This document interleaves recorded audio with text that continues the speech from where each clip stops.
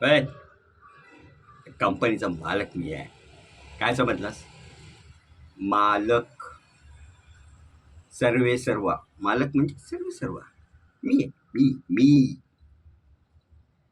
काय जो निर्णय घ्यायचा आहे मी घेईन. तुला याच्यामध्ये लक्ष द्यायची गरज नाही. कळलं का? तुझं काम नाही आहे.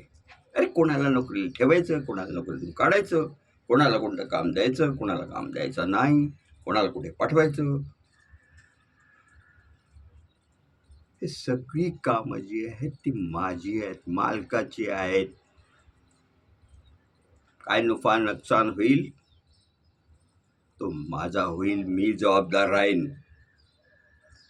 And the boss. काय समजलंस? मी बॉस आहे सगळ्याचा. या सगळ्या पूर्ण चौकटीमध्ये मी बॉस आहे.